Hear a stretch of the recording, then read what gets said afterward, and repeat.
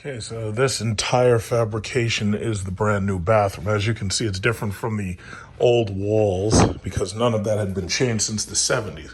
So this is a custom-made sink and faucet right there. And the toilet, there's an air filtration system up there. And the last things that need to be done, toothbrush holder, soap dish, tear these tiles out. These 6 tiles get torn out, and then everything else is in. So the shower, we in there, the shower, all of this works.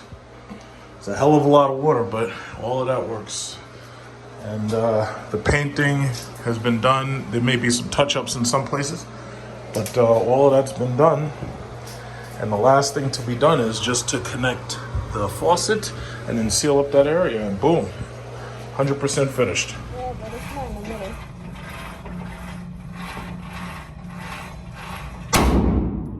Nice, very good.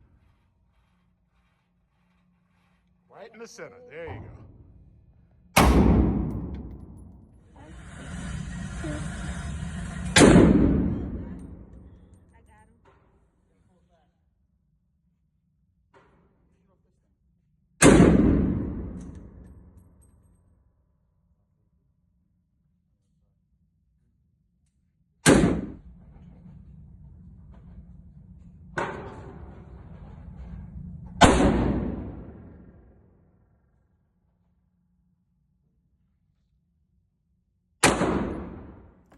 Okay, so I'm not going to talk very long. I'm just going to do a quickie reminder. This is the end of the week. It's Friday, February 19th, 2021. So I'm just going to do a little quickie reminder about what's happening with the stock market right now. Now, there was a massive pullback yesterday. A lot of the Dow stocks were down considerably yesterday, and some of them are still in the red. Meanwhile, cryptocurrency, not Dogecoin, but cryptocurrency, Bitcoin, Ethereum, and Litecoin, which are pretty much the 3 top cryptocurrencies that there are, those have basically seen all new highs. Ethereum is almost $2,000. Bitcoin is trading at 56,000 right now, but of course it could be anything when you wake up in the morning. Litecoin is $236, another all-time high for Litecoin. And it basically occurred to me that the reason why these things are up so high is a combination of things. First of all, you have these large institutions that are buying it, and they're basically showing everybody, oh, yeah, it's safe. You can try to jump into this. Tesla obviously put a $1.5 billion investment into Bitcoin. But of course, Tesla being the highest, the most expensive, and the most valuable, the quote unquote valuable car company in the world, Tesla is easily able to take $1.5 billion and put it on just about anything. So for them, it's not that big of a risk, especially since they said they'll be accepting payments in Bitcoin for Teslas, which is actually funny to me because in the very beginning of people using Bitcoin to buy cars, people used to buy, Lamborghinis and Teslas with Bitcoin in Japan and Dubai. So for Tesla to be accepting Bitcoin is really them saying, we don't want your dollars, we want your Bitcoin, because, they'll amass more Bitcoin without actually having to buy it, regardless what the value of Bitcoin is later down the road. So, there was somebody who was trying to troll me, and they were like, hey, you make so many jokes about GameStop. Why is it that you don't insult Bitcoin anymore, right? And he was basically trying to say, he's like, oh, yeah, why don't you talk about cryptocurrency negatively, specifically Bitcoin, because you used to. And I was like, well, you know what? You think that this is going to continue to last. I already know that there's going to eventually be a major pullback in Bitcoin, just like there is in Ethereum, just like there's in Litecoin, over and over again. So me personally, rather than putting my money towards that, I'm specifically focusing my money in tech companies, automotive companies, and dividend-paying stocks specifically. I've been preaching this message. But see, I'm going to stop complaining, because the thing about it is I already understand that the hype train is nothing but advertisement right now. So they will keep hyping this shit. They will have you put every dime of yours into fucking GameStop if they could. Because I just want you to keep in mind, I was one of the only people you heard talking negatively about GameStop when GameStop was at 350, 380, 400. I was the only person talking negatively about GameStop. And where's GameStop right now? Where's all those Reddit stocks right now? $40.59. Well, gee, I hope you didn't put too much money into it when the hype train was telling you that we're going to the moon, we're going to Mars, we're gonna land on Mars, and we're gonna have a helicopter take pictures of Mars. We're going to Mars. We're going to Pluto. We hold the wall. Don't sell. Hold the wall. So your buddy Keith Gill that suckered you dumbasses into putting your money into GameStop before you lost your shirts, he was quietly selling out of his position now they're finding all this out right now because he's got lawsuits on him right now. So he was quietly selling out of his position while he was suckering the rest of you kids who are on Robinhood, you shouldn't be, into trading on margin and putting your own money into buying into GameStop and BBBY and BB and AMC. So while you were putting your money in, he was selling his position very quietly. Now that's really interesting to me because that's basically exactly what a pump and dump scheme is. But I've had to argue with so many people about what a pump and dump scheme is. I'm not even going to bother anymore. There's no point in me arguing. I'm going to let you do whatever you want to do, and you can lose every last goddamn dime you have. And then when you try to sue and you go to court and they point to the contract and they're like, excuse me, did you sign this? And you're like, yeah, I did. And they were like, well, guess what? You fucked. So get out of my courtroom. You've wasted the court's time. I should throw you in jail. You know what? When that happens, don't say I didn't tell you so. But guess what? When it comes to pump and dumps and Ponzi schemes, that's always been my problem with cryptocurrency. Now, what you don't understand is exactly this market when you look at the overall picture and understand what's happening in this market. First of all, I think many people already understand the reason why the stock market is seeing the all-time highs that it's never seen before is specifically because of government stimulus.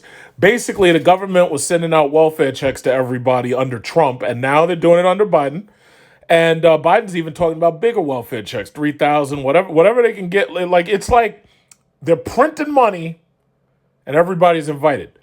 But ultimately, what you're dealing with is inflation. Normally, America outsources inflation when it prints money by sending useless US dollars, the cash, to other countries in exchange for manufactured goods. So when we're sending cash dollars over to China, they're sending us 50, 60, 80-inch televisions, just about everything else in your house, your computer, your laptop, parts for your car, parts for your mom's weave and wig and stuff, her fake press-on nails, everything your mom uses, her douche bag, your sister's, her bed, whatever. It's like China is sending us manufactured goods in exchange for US dollars. They do not use our money over there. And the reason why is because if they use our money over there, they'll end up losing money because China controls its exchange rate. And it keeps it relatively low. When I was in China, it was 8.277, a number I'll never forget. But right now, it's like 6 point something. So what China's doing is and Trump said this, and he was right about this. I'll give credit where it's due. But what they're doing is they keep the exchange rate really low because it makes manufacturing in their company, or I should say their country, it makes manufacturing in their country's borders more appeasing to other companies. So when BMW wants to build cars, Tesla wants to build cars, it's cheaper to build these cars in China than it is to build them in Germany or build them in America. Now, the Chinese do not spend that money. Neither do the Indians. We send money to India too. We send money to Indonesia. They don't spend that money. What they do is they take that money and they hoard it. Like you may remember when we, captured Saddam Hussein, like when they broke into his palace, he had closets filled with US dollars. Saddam Hussein had you could have all the cash money you want. You could have $1 billion in cash, but there's nowhere to spend it if you're in freaking Iraq. There's nowhere to spend it. If you're in Iraq, you have to use their currency because if you tried to use the US dollar, you'd be losing money on every single purchase. So bottom line is, when the Chinese want to spend their money, what they do is they bring it back to America, basically in cash, one way or another. And they buy out your stores, your businesses, your buildings, your houses. Just take a look at most of your neighborhoods around you. And I'm not just talking about China. India does this too. China does this. Indonesia does it. Most, Asian countries, because their exchange rates are a lot lower than ours, which is why we send our factories to their country. So all that shit Donald Trump was talking about, oh yeah, we're going to bring back the factories. That was never going to happen because ultimately the corporations are like, no, we can make so much more money on these other people's backs. It's like having slave labor, except it's not evil because we're paying them. So the bottom line is they bring their money here in cash dollars. They buy up everything. So how does that relate to cryptocurrency? Well, here's the thing. The U.S. is printing a lot of money right now. And because they're printing so much money, they need a way to basically outsource it. Now, we're not buying as much as we used to buy because right now, during any pandemic, people tend to try to save money. Just like during 9/11, people started cutting back on their spending. You may have also seen reports that a lot of credit cards have been paid off, in most cases with the stimulus checks, but in a lot of cases because people didn't have to spend as much money because they didn't have to drive back and forth to work. They didn't have to spend money on food every day because they didn't have to eat lunch out at work or whatever. You get my point. People were saving money because of the pandemic because they didn't have to go anywhere. They were locked up. There was no restaurants to go to. There was no movie theater to spend. Right now, if people could get into a movie theater and spend $100 for their family, they would actually be really happy because they have been locked in their house watching Netflix with their wife next to them, nagging the shit out of them for a year at this point. I mean, what is this, February 19th? When my office let us out, our office let us out about a year ago, give or take. About 1 year ago, that's when we got out of those offices. So by then, we had already spread so much COVID that anybody who's going to die is probably dead by now. But bottom line is, I believe that the cryptocurrency market is a way of outsourcing inflation, specifically because people are no longer spending as much as they were on manufactured goods coming from outside. That being said, obviously I can't prove it, but it makes a lot of sense if you really think about it. The stock market, we already know people have been pouring their welfare checks into the stock market. We already know that is true because there's a lot of these morons on Robinhood who bet their stimulus check on GameStop. Wait. Where's GameStop right now? I'm sorry. I have to check. I'm sorry. Where's GameStop? $40.59. Well, damn. Oh, man. I thought it was going to the moon. This doesn't look like the moon. So anyway, as I was saying, bottom line is I believe that the stock market and the cryptocurrency market are both being used to outsource the inflation that normally would have been generated by them printing money and us taking that money to the stores to buy up things like, food, water, toilet paper, and other goods. So this can't continue forever. Everybody knows that every bubble will eventually find a pin. This can't continue forever. So the question is, when is there going to be a cryptocurrency pullback? And how deep is that pullback going to be? The last time we saw a major pullback, it was when Bitcoin first hit 19,000. It dropped back to 15 and then 14 and then 13. And then it took like 2 years before it came back because the boom ended, I believe it was January 2018, and we didn't see it start rising again until this year, obviously because there were so many people who were sitting at home with nothing to do with their money and their welfare checks that Trump gave them, except put them into Bitcoin. And by the way, if you get triggered by the fact that I say welfare checks, that Trump sent you, Trump welfare checks, good. Because number one, I make way too much money to qualify for any of this stuff, so I could care less how you feel about it. Number two, I want you to understand that the welfare checks that are being printed out are what's ultimately causing the rise in prices because inflation shows itself in many ways. See, the government thinks you're all stupid, and for the most part, in many cases, they're right. They want to talk about inflation as a number. They want to say, oh, yeah, well, inflation's it's only like 11%. Don't worry about it. No, the reality is the real inflation is what you see when you go into the grocery store. You tell me how much food prices have risen. You tell me how much gas prices have risen. If more people have more money because of printed welfare checks coming from the government, the price of things goes up. That's economics 101. They just landed a freaking rover on Mars. That's like 300 million miles away. And yet Texas, right now, the people are lined up like refugees trying to pump water and trying to stay warm. Like right now in my house, here I am, warm and everything. I got fresh water. I got a Brita in there just in case the water's not fresh. I can take snow and put it in the Brita, and I can make fresher water that's cold if I really wanted to. We spent a couple $billions putting this rover on Mars, and yet we've got brown water in Flint, Michigan. So the bottom line is, whatever the government wants, the government will pay for and the government will get. So what they're doing is they're allowing you to pump your money into this nonsense. And pretty soon they'll pull the rug from under you and you'll be like, oh man, big truck, I can't believe you saw it coming. I didn't see it coming. India, for example, has made cryptocurrency illegal. You can look that up right now. India has made cryptocurrency illegal and it told everybody you got exactly 6 months to sell out of it. So you can bet that a lot of those scammers that Kit Boga is talking about, they're going to be calling your house. And they're going to be doing crypto scams left and right. Because you already see there's a lot of Forex scams on Facebook and YouTube.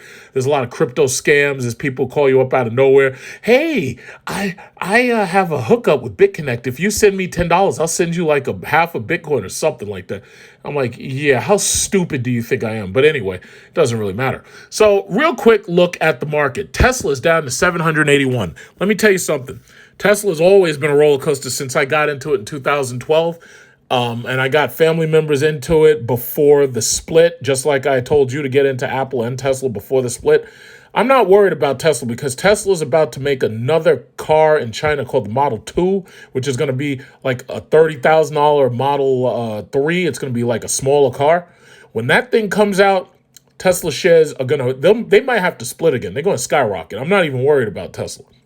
Apple is down from $135. But see, Apple's one of these really sneaky stocks. Apple will sneak up on you and like you won't even be paying attention to it. Next thing you know, you're up like $50, $60. I'm not worried about Apple because Apple is a style. People buy into Apple because they want to show off their $550 headphones and their $250 earphones and, you know, their MacBooks that are $2,000. So my thing is, I ain't worried about Apple either, and they pay a dividend. That's the whole point. Apple pays a dividend. I trust my money in Apple way before I trust my money in Ethereum or any of that nonsense. But ultimately, the other company that I bought into is Microsoft. I love Microsoft. Microsoft uses Windows 10, which is what I'm using right now. They make it. They maintain it. Microsoft has everybody using Microsoft Office because it's the best. Nobody can compete. And the bottom line is I'm not worried about Microsoft. If you look at their overall trend over the last 2 years, I think you get the picture. Microsoft is doing just fine. I am not worried about Microsoft. I trust them with my money. All these stocks you're looking at are stocks I own in one of my two portfolios. So if you're watching my YouTube portfolio, then you see some of the things that I've showed you that I own, like Stellantis here and Ford and whatnot. But in my bigger portfolio, I have like GM and, you know, Workhorse, Candy, Neo, and so forth and so on. Let's see. Gold is down. Because most people, see the problem with gold and silver and the commodities, like people keep asking me how I feel about uranium. The problem with those things is people aren't really trying to store the value of their money. What people are really trying to do is they're trying to flip their money and make more money. That's the reason why they keep trying to go into these pump and dump schemes, because they believe in them. I don't believe in them, so I already know I would rather bet on stocks that pay a high dividend than to put my money into this nonsense where you don't know what it's going to be a day from now or 2 days from now. The stock market is in no way that volatile. That's the bottom line. As you know, I have a lot of weed stocks. MJ&A is down to, what is it, 7 cents. But it's like 7 cents. And I'm kind of angry at myself for selling out of that position. But then again, I made so much money, I was able to buy that new rifle and I was able to put more money into Apple. So in the end, it's like, you know, I sold out of it, but I'm not worried because marijuana under President Kamala Harris, notice that I said president, not vice president, under President Kamala Harris coming soon, weed is going to do very well. So I'm not really worried. as you can see, these are like lots and lots of little stocks. Nike's doing great. I remember when all them Trump supporters tried to boycott Nike. Hey, Trump supporters, how'd that go? Huh? Yeah, anyway. Airlines are still in the green, which is kind of good, but, it's going to be a while before we're able to fly again. Hopefully these countries start opening up their borders this year, because I really got to get the hell out of here and see something new. Hopefully I go to Singapore, because if I fly to the Philippines this year, I'm going to end up going on Singapore Airlines. I'm going to take their business class. I'm going to make videos for YouTube for their business class like I wanted to do last year, but I couldn't because I got stuck here because of the goddamn COVID, because these people wouldn't stop the spread. So bank stocks are doing great. Tech stocks in general are doing great. Sirius is still holding on. I think a rocket that they launched blew up. Warren Buffett bet on Sirius, so Sirius is doing just fine for the most part. DraftKings betting is up $5. I think I bought into it. It's up from where I bought into it. I think it's like $20 up. Doing great. So yeah, that's good. If you like illegal sports betting, you don't have to do it illegally anymore. Now you can bet legally on DraftKings. So let's see. Who else? Anything else important here? Well, not these Reddit meme stocks. All of these are in the toilet. GameStop, Naked, BBBY, every single high that they made because of these goddamn pump and dumpers on Reddit. I'm going to keep saying it. Pump and dump scheme. That's what it was. So anyway, if you put money onto this stuff, chances are you lost a lot of money. And I told you not to do it, but you did it anyway. He's like, oh, you don't know what you're talking about. We're going to the moon. We're going to Mars. Yeah, right. Okay, so Jumia is up from where I bought in. It's okay. I think it's only down $5 this week. There was a major pullback yesterday in the Dow. There was a major pullback, but it looks like what is this? 1 day, 1 week? Yeah, there was a major pullback. It dropped down, and by major pullback, it was a couple hundred points. I mean, right now we're at 31,494. It was down to 31,337. And that was just this week. So I guess so far so good. All I can tell you to do, be careful with your money. Try to stay away from these goddamn pump and dumps, please. If you're really looking for things that you can put your money into where you don't have to worry so much about the major swings in the market while you're actually earning money on your money, what you really need to do is get yourself a copy, make yourself a copy printed out of my dividend earners. These are all stocks that I personally own. And I'm not saying this just because I own them. I'm saying this because I believe in them.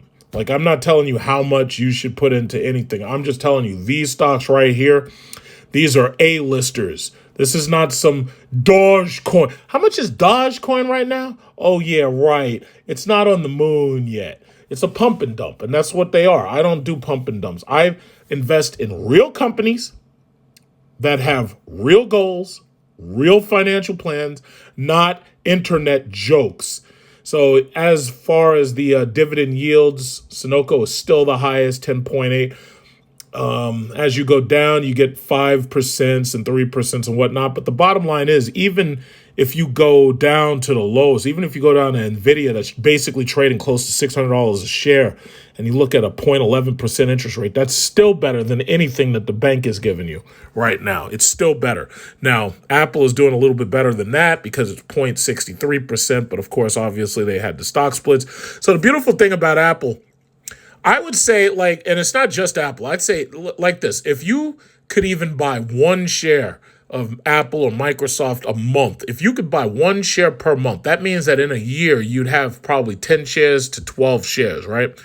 If you could buy one share per month of those, even though they're so expensive, when the splits continue to come back around, you'll have more shares, and you'll probably see more of a run-up, just like we did last time.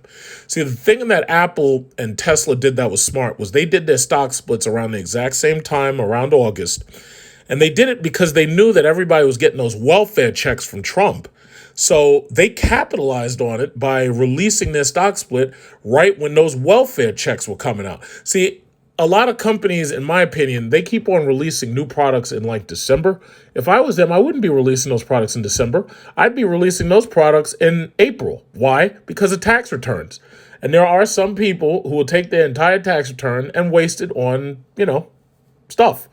I don't know what, but the thing about it is if they don't like regular stuff like buying televisions, this, that, and other, or shoes or $500 headphones, there's always the possibility they'll say, you know what, let me get into the stock market. Let me get in the stock market and put all my money on Dogecoin. So it's really a smart thing what they did. And when you really think about it, I don't know who's going to be the next to try that, because I think either Amazon possibly or Google might try to do a split because they want to put more investors in, I don't know. Maybe they try it, maybe they don't. I don't know. Bottom line is you have to have an investment strategy. And as far as I'm concerned, your investment strategy should be to buy into anything that holds a dividend. Now, there's a lot of stocks that they're not on my list, but they do pay dividends, right? There's a lot of stocks out there that I haven't bought yet that I don't have on my list. If you find a stock that you like that pays dividends, by all means, get it. Get it. I feel comfortable telling you to go after anything that has a dividend attached to it, especially when it's a company that has a long history that you can trust. I feel comfortable saying that. I don't feel comfortable talking about these fly-by-night cryptocurrencies and these Reddit stock memes where people end up bankrupt. I'm not comfortable going into stuff like that. That's why I don't put my money into it. So that's all I really have to say. And if you have questions, comments, or criticisms, feel free to take the questions and comments and put them in the question and comment section. And if you have criticisms, you can take them and you can defenestrate yourself.